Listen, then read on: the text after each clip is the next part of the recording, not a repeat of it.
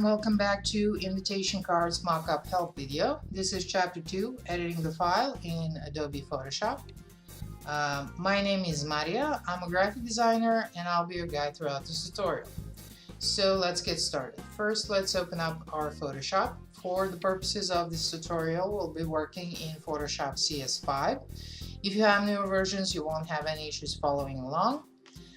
So let's get started. There are two different ways of opening the mockup files. We can go to File, Open, or if you're working in Windows like I do, simply select your template in the Explorer and drag it directly to the work area and it will open up. Now once we have the mockup open up, you'll see there are different groups here.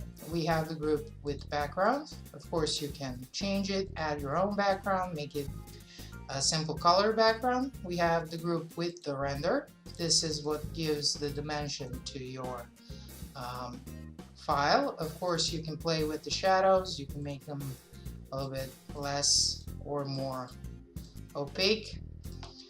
Then we have the settings folder. This is basically all the settings necessary to create the mockup. And finally we have this folder that is called Mockup Goes Here. As you can see, we have two different smart objects, and it's quite simple to edit this template. Just simply double click on the smart object, it will open up, and once it does, we're gonna go to File, Place. We're gonna place our own design here. Now because this design was exported with bleeds, it is a print file. I'm just going to make sure that it's at 100%. So I'm just going to type here 100%. Enter. Confirm it, and that's it. We can either merge these two layers to save some space, or we can just leave it as it is. So you don't have to go back and do everything again. So let's say we want to try 2 or 3 different color versions of it. So I'm just going to import this and I'm going to simply shut these two off. Go to File, Save.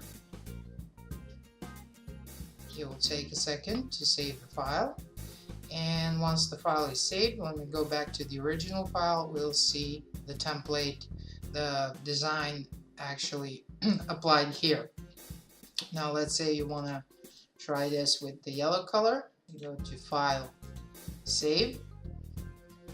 Again, it will take a second to save the file, and once we go back to the original file, as you can see, it's been applied. Once we can also, instead of importing the design, you can just create your own design. I'm just gonna draw a shape here. So let's say it's some kind of arrow so you can see it, and I'm just gonna add some background here. Just add white so you can see what happens when I go File, Save. Make sure it's Save, not Save As, because if you save this as Save As, you're not gonna get the change here, and voila. You do the same thing for the back smart object. You can play with it, and of course after you're done you can export it to your client's website, whatever it suits you. Okay, that was it for Chapter 2, Editing the File in Adobe Photoshop.